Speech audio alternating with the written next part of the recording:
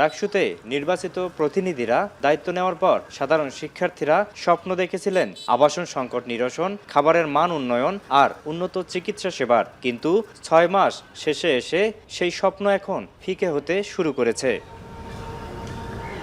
শিক্ষার্থীদের অভিযোগ, ছোটখাটো কিছু লোক দেখানো কার্যক্রম ছাড়া বড় কোনো সমস্যা সমাধানে দৃশ্যমান কাজ করছে না রাকসু। সাধারণ শিক্ষার্থীদের যে আশা আকাঙ্ক্ষা ছিল সেটা ব্যর্থ করতে আসলে তারা পুরোটাই পূরণ করতে আসলে তারা পুরোটাই ব্যর্থ। রাকসু যেগুলো আছে ইস্তেহার ছিল তার মধ্যে মনে করেন যে যদি ১০০%-এর মধ্যে 20% করতো তাদের কাজগুলো 5 মাস হয়ে গেল, বাট হচ্ছে আমরা কোনো কিছুই তাদের অগ্রসর দেখলাম না।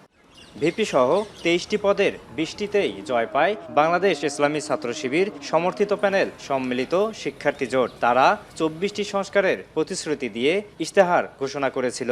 এর বেশিরভাগই বাস্তবায়ন করা অসম্ভব।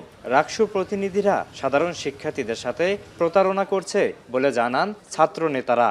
প্রতিশ্রুতি দিয়েছিলেন, কিন্তু আমি হলফ করে বলতে পারি যে রাকসু নির্বাচনের প্রায় ৫ মাসের বেশি হয়ে গেছে, তারা কিন্তু এখনো পর্যন্ত চিকিৎসা কেন্দ্র ভিজিটেও যেতে পারেননি। শিক্ষার্থীদের আবাসন সমস্যা নিয়ে তারা পর্যাপ্ত পরিমাণে কাজ করবে এবং বিশ্ববিদ্যালয়ের যাদের আবাসিকতা নেই তাদেরকে আবাসন ভাতার ক্ষেত্রে তারা কাজ করবে, কিন্তু এটা নিয়ে তারা ন্যূনতম কেন দূরতম কাজও আমরা এখন পর্যন্ত দৃশ্যমান দেখতে পারি নাই।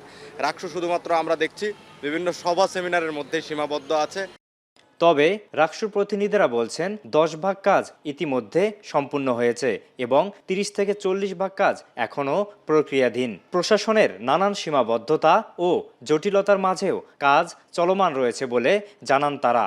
10% কাজ সম্পন্ন করতে পেরেছি, আর বাকি প্রায় 30-40% কাজ যেহেতু এগুলো চলমান ইস্যু, এজন্য এগুলো শুরু হয়েছে, এগুলো শেষ হলে তারপর এটা সম্পন্ন হবে আর কি। এই যে লাল ফিতার দৌরাত্ম, এই দৌরাত্মটাই কমাইতে পারতেছি না আসলে। আমাদের কাছে খুব করে মন চায় যে যেই ইশতেহারগুলো আমার ছিল, আমারগুলো একটাও অবাস্তব না, বা যে আমি পালন করতে পারবো না এমন কোনো কিছু দেই নাই। কারণ আমি যাদের সংস্পর্শে গেছি বা যাদের কাছে দেখছি যে কনস্টিটিউশনালি আমার ব্যারিয়ার আছে, অনেক কিছু আমি করতে পারবো না। অন্যদিকে রাকসুর গঠনতন্ত্রের বাইরে কোনো প্রতিশ্রুতি কেউ দিলে সেই দায়িত্ব বিশ্ববিদ্যালয় কর্তৃপক্ষের নয় বলে জানান উপাচার্য।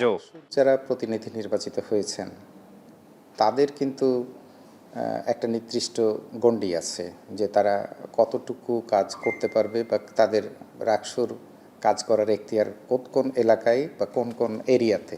রাকসু নেতৃবৃন্দ যারা নির্বাচিত হয়েছেন এখন তাদের এখতিয়ারের ভিতরে যদি থাকে ইটস ওকে, এখতিয়ারের ভিতরে না থাকলে আমি তো এই সম্পর্কে আমার মন্তব্য করাই ঠিক না। প্রত্যাশা আর প্রাপ্তির এই বিশাল ফারাক ঘুচিয়ে নির্বাচিত প্রতিনিধিরা কবে নাগাদ শিক্ষার্থীদের আস্থার প্রতিদান দেবেন, এখন সেটিই দেখার বিষয়। মারুফ হাসান, এখন, রাজশাহী।